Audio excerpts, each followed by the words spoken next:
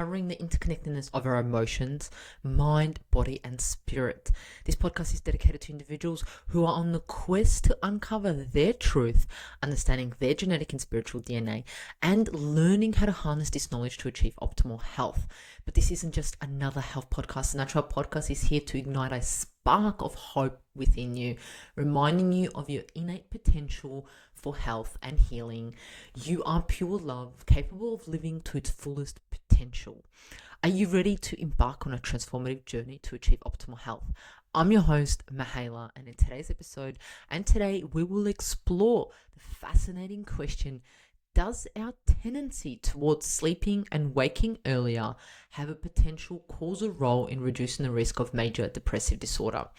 We are going to examine the implications of a sleep study and explore the potential impacts for sleep interventions in managing and preventing depression. Together, we're going to uncover the important role that sleep plays in our mental health, our well-being, and how to optimize our sleep pattern that could help us intervene with depression. As we all know, depression is a huge topic here in Australia. All around the world, depression numbers have gone through the roof. Here in Australia, specifically in the last few years with everything that's happening. And the thing that we want to do is we want to kind of halt those numbers, even reduce them, which would be amazing. But, with everything that's happening, that would be a huge wish. Hopefully we will be able to do that. But if anything, if we can just stop the numbers from growing, that would be amazing. And how do we do that? We know now you go to your GP and you get prescribed antidepressants. You get prescribed some type of cognitive behavioral, talk therapy and so forth, which are all beneficial in their own way at different times of what you're going through. And I probably have spoken to you about antidepressants. They have their role. I'm not against anything. I'm open-minded. However, is it the first thing to do as soon as you're diagnosed with depression? No. Is it the last thing to do? No. Does it have a role? For some people, maybe it does. Most people, no. So essentially, what we want to look at is I found this study, and this study has to do with major depressive disorder, which is not just depression. A major depressive disorder, if you look at the definition of it, is huge. It's not just I'm feeling sad; it's actual deep depression, and it looked at sleep. So before we get into that study and what the results were, let's talk a little bit about sleep. And you know how much I love talking about sleep. I love sleeping and I love talking about sleep. So have you ever experienced a restless night and then woken up groggy, fatigued, and had an absolutely unproductive day? Well, that's what's not sleeping does to us, right? We have all been there. Sleep is not just a luxury or a time for our bodies to rest. It is essentially a component of health and well-being, especially optimal health, right? Sleep is absolutely crucial for not just our physical health, not just our mental health, but also our emotional health. Even being productive at work, sleep is like that little key factor that you can have a advantage over your competition by sleeping well. So during sleep, what actually happens is our body goes into this thing called repair, and it's kind of like, imagine you're sleeping there and these little cute little U's, like little mini U cells are going around. Let's fix the lung. Oh, let's fix the gut. Oh, let's fix the brain. Let's fix this. Let's repair, not fix, like repair. Let's keep it going. Let's make it work optimal. And if you're not sleeping, these little mini U cells aren't doing this, which is a huge issue. Because think about if you own a home, or if you live in a home, or have a car. If you leave that one thing, that little crack, if you leave that for a while, it becomes into a big crack, and then your car's either not functioning because you can't drive because the windscreen's cracked, or your home potentially doesn't have a wall anymore because that crack now is a hole in the wall. So that's essentially what happens to us, and we need these little mini U's, little cells, repairing themselves. And if you're not sleeping, they're essentially not repairing themselves, right? They repair damaged tissue, they build muscle, strengthen our immune system, and so forth, and also help us with illnesses. So sleep plays an absolutely crucial role in maintaining also optimal health, which has to do with anxiety and depression.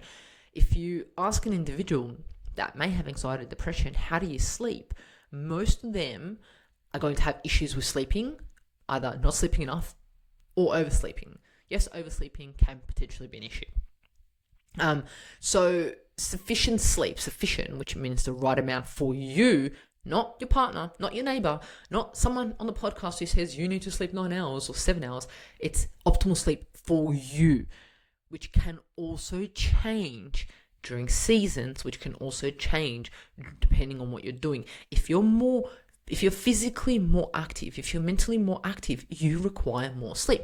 If you're not so active, you probably require less sleep. So it changes, right? You do have a baseline, but it also changes and adapts. In addition to all these, sufficient sleep helps boost our productivity, our focus, and so forth. It also impacts our emotional resilience. How we are able to deal with emotions that we're faced with depends also on our sleep. How we can handle stress and anxiety, because if we don't sleep well, I don't know about you, but irritability is my middle name. If I don't get sleep, hello irritability. Yes. I'm pretty sure you've dealt with that too, right? Increased irritability, mood swings, even difficulty managing emotions. And if you're a business owner, or if you run a family, if you run anything, you need your emotions to be on point. So it directly influences our daily performance, our productivity, because when we're well rested, we have a good attention span. We can solve problem solving amazingly, and we have a reduced ability to making mistakes. I think there was a study that I read that all those big things that occurred in our life, like Chernobyl, I don't know how to pronounce it properly. The thing that happened, I think it was in Ukraine in 1989, 87, something like that. Clearly, I'm full of facts right here, right? That was due to a sleep error. The individual didn't have enough sleep. So if you look at a lot of errors that have occurred in our life, it can be brought back to people who don't sleep well. Like Homer, how he falls asleep at work, and it causes that big issue with that. You know what I'm talking about, the introduction of The Simpsons when he falls asleep and that little green thing blows things up. Anyway, so essentially sleep impacts us, right? So we also have individuals who are called morning birds, and then we have night owls. Morning birds are individuals who like waking up in the morning, have energy in the morning, and are most productive in the morning, and then go to sleep a bit earlier during the night. And have night owls who are like, morning, I don't want to wake up, and they're groggy and they don't want to wake up, and they're most productive at night, and that's how they work. It's interesting the fact that these individuals that are more likely to be active at night, they're actually really creative. They are our musicians, our writers, our producers, artists. All these creative individuals are most likely to be night owls, which is quite interesting. But yeah, we have a preference. I know my preference is morning. I'm a morning bird. Morning bird? Yeah. I like to be awake in the morning and get shit done, right? And at nighttime, I like to relax, go for a nice little walk, and go to bed early. So that's kind of my preference. What's your preference? Morning, night? Let me know. So essentially, this study wanted to look at and be like, depending on your preference and depending how you sleep, does it impact the result of depression? Really, really interesting. So the sleep timing can influence mental health and well-being, right? Sleep timing, which refers to a sleep and wake cycle, has a significant influence on mental health and overall health. Overall well-being, emotional, physical, mental, whatever you want to talk about. And maintaining a consistent and appropriate sleep time, our bodies can regulate this process. It's kind of like a production line. Yes, our body is a production line, and we like to work in processes. So if all of a sudden we go to sleep at 10 o'clock at night, right? We usually go to sleep at 10, and then it comes like Saturday night and we're like, woohoo, we're going to party, we're going to go out, and we're not going to bed till 3 a.m. Our body is like, oh my gosh, what is happening? What is she doing to us? What do we do?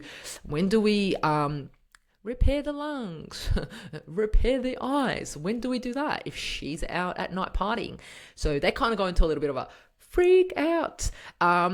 So we kind of have to be consistent and give them like a little bit of love and be like, hey, here is a list of what's happening at 10 o'clock. I'm going to bed, so you can do those repair and, all those amazing things in my body 11, 12, 1, 2, 3 in the morning consistently, because our body likes consistency. So essentially this study, so this study was done May 26, 2021, and it looked at sleep timing and the risk of major depressive disorder. The question was, does a tendency towards sleeping and waking earlier have a potential causal role in reducing the risk of major depressive disorder? Interesting question. The findings, they actually used 840,000 adults of European ancestry, and they looked at them. That's a lot of individuals. So individuals will say to me, oh, well, you only have 3 or 4 people in this study. You had 840,000 individuals in this study. And yes, they are European ancestry. So if you're not European, may have an impact, but definitely this does give us a bit of a base, right? And the conclusion, the results was that, in summary, the link between sleep timing and mental health is evident. Beautiful. Consistent and appropriate sleep timing aligns with our natural circadian rhythm. So I didn't really talk about natural circadian rhythm, but if you know me, I've spoken about it in a lot of other episodes. Circadian rhythm is we're up in the morning and we're asleep at night. It's not night work. It's not being awake when it's dark time when it's dark outside. So consistent and appropriate sleep timing aligns with our natural circadian rhythm, being awake during the light time and asleep at night, promoting optimal brain function, emotional well-being, and cognitive abilities.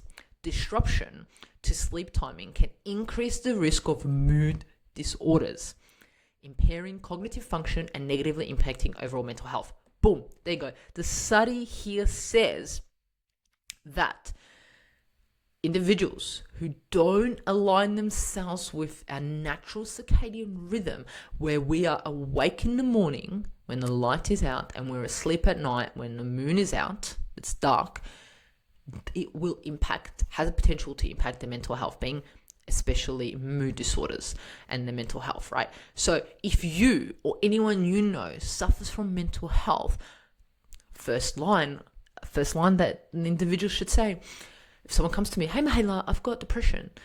Okay, how is your sleep? When do you go to sleep? When do you wake up? Most of the time individuals say, oh, it varies. It's different. It's always different. Every day it's different. That is not consistent. This study literally says to us, consistent and appropriate sleep timing. These individuals are not consistent. It's not just got to do with, yes, I do wake up in the morning and go to sleep at night. The thing is that has to be Monday, Tuesday, Wednesday, Thursday, Friday, Saturday, Sunday, Monday, Tuesday, always the same. Look, your body doesn't care if you want to go out clubbing Saturday, Sunday, or be out, or, have a cheeky wine and be out till 1, 2, 3 in the morning. Your body wants consistency. If you want to reduce your potential risk of mental health disorders, or if you want to reduce your current mental health issues, sleep is the number one thing to look at. Look at your sleep first and then continue and drill into other things, right? So I want to encourage you here to look at to prioritize healthy sleep habits and consider the impact of sleep timing on your mental well-being, right? So there you have it. This episode is all about your sleep and your mental health. Share this with someone who you think may need it. I hope this gives you a little bit of a hope that if you do have depression, or if you are prone to depression, you kind of have something to play with now. It's kind of like, cool, I'm going to put a sleep routine in. I'm going to go to bed at, 10:30 every night. And I'm going to be in bed by 10 and fall asleep by 10:30. And I'm going to wake up at 7:30. Whatever that looks like for you, as long as you're consistent and you are asleep at nighttime.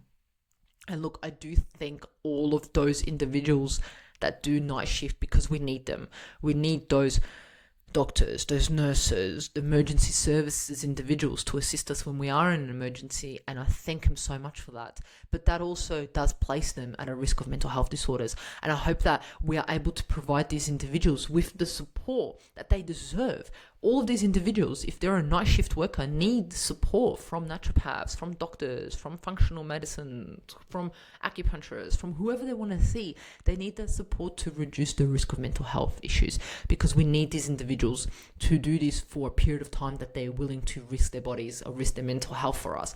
And I thank him so much for doing that. Put something in place. So those individuals that have to work at nighttime, put something in place. Talk to a health professional that's able to give you a plan of attack, something in place so it reduces your risk. Or if you do have mental health, you're able to work with that individual, because we need those people. So I'm not here saying, oh my gosh, everyone should cut out their job and quit and just work during the day, because we are coming to a 24-hour society. But if you have the luxury to be able to sleep when it's dark at nighttime, do it. I'm excluding all those people, in Finland or Iceland and up high, that, in summer have light all the time and in winter are dark. These are exclusions, and we can talk about that specifically with individuals. But if you have the luxury of sleeping at night, do it and be consistent at it. All right, well, thank you so much for joining us on the Natural Health Podcast, and I'll see you in the next episode.